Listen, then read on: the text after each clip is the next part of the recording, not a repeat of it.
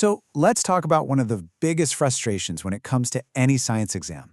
It's that gap between knowing all your stuff and actually getting the marks on the paper. Because you know what? It's not just about knowing the chemistry. It's about knowing how to read the questions. Let's dive right in.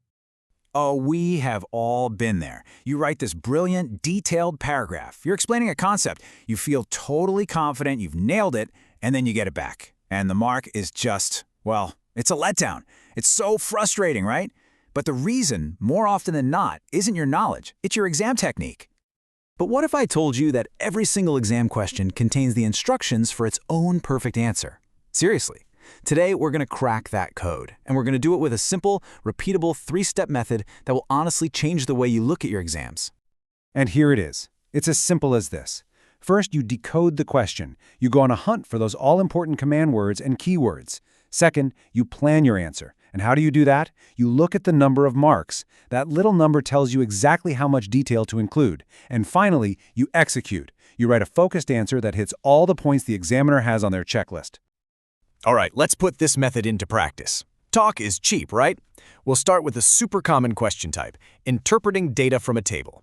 This one's from a real GCSE chemistry paper. Okay, step 1, decode. The command word here is state. Now, this is a huge clue. State just means say what you see. No big, deep explanation needed. And look at the marks, just 1 mark. This confirms our plan. We just need a short, direct observational sentence. That's it. Now let's execute by looking at the data. The question asks about 2 things, the amount of stone and the compressive strength. So, in that mixing ratio column, the last number is the stone.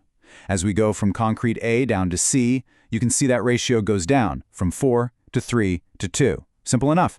Now, look at the strength column. What's happening there? Well, the number goes up from about 17,000 to 27,000, all the way to over 31,000. So, what's the relationship here? So our analysis led us to this conclusion. As the amount of stone goes down, the strength goes up.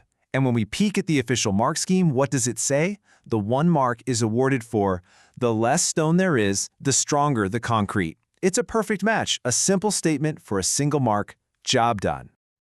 All right, let's move on to our next case study and see how this method builds. This time, we're looking at a calculation question that involves a graph, which, I know, can sometimes seem a bit intimidating. Okay, time to decode again. The command word is calculate. This immediately tells you that you have to show you're working. You can't just pluck an answer out of thin air. And the marks? 3. This is our plan right here. It's telling us there are probably 3 distinct steps in the calculation that the examiner wants to see to give you those points. Just writing down the final answer, even if it's correct, probably won't get you full marks. Now, before we actually do the calculation, let's just quickly remember what we're even calculating. The rate of reaction is just a fancy way of saying how much something changes over a period of time. And on a curve, like the one you'd see in the exam, the tangent is a straight line that basically gives us a snapshot of the rate at one specific moment, in this case, at exactly 3.5 minutes. So here's how we break it down to get all 3 of those marks. First, we find the change in volume from the tangent line. That's the rise on the graph. The change in the y-axis. That's your first mark right there. Second, we find the change in time, which is the run of the line. The change along the x-axis. That's your second mark. And finally, you divide the change in volume by the change in time, rise over run. And that gets you the final rate and your third mark. Easy. Now here's a really, really important tip for graph questions, so listen up. The mark scheme often doesn't have one single correct number. It has a range of acceptable answers. Why? Because examiners know that reading a hand-drawn tangent can be slightly different from person to person. As long as you've shown you're working correctly and your final answer falls somewhere within their accepted range, you get the mark. So please, don't panic if your friend gets a slightly different number.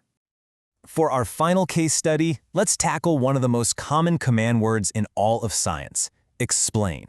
This is where a lot of students lose marks, either by writing way too little or way too much.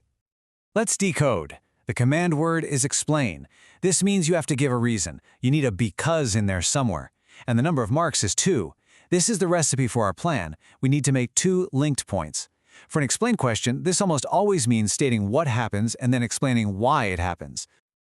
So let's execute that 2-point plan. The mark scheme is looking for something like this. Point 1 for stating the effect. The rate of reaction increases. Boom. That's your first mark. Point 2, for giving the scientific reason.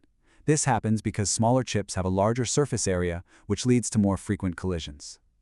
You need both of those linked ideas to get both marks. And you need to pay very close attention to this. This is a critical warning, and it's straight from the mark scheme itself. For an explain question, if you get that first point wrong, if you said the rate decreased, for example, you automatically score 0 for the whole answer. It doesn't matter how amazing your scientific reasoning is after that. That first statement is everything. You absolutely have to get it right. So after looking at those 3 really different types of questions, you can see how our 3-step method just works every single time. Let's do a quick recap of this winning strategy. Always start by decoding the command word. Then use the marks available to plan out the structure and the depth of your answer. And then you just execute, writing precisely what the question is asking for. Remember, it is not a test of how much you can write, it's a test of how well you can answer the specific question they asked. The clues are always there in the question. Look, by treating every question like a puzzle, with its own little set of instructions, you can take back control of your exams. You have the knowledge in your head, and now you have the technique. So the only question left is, now that you know the code, what question will you go and practice first?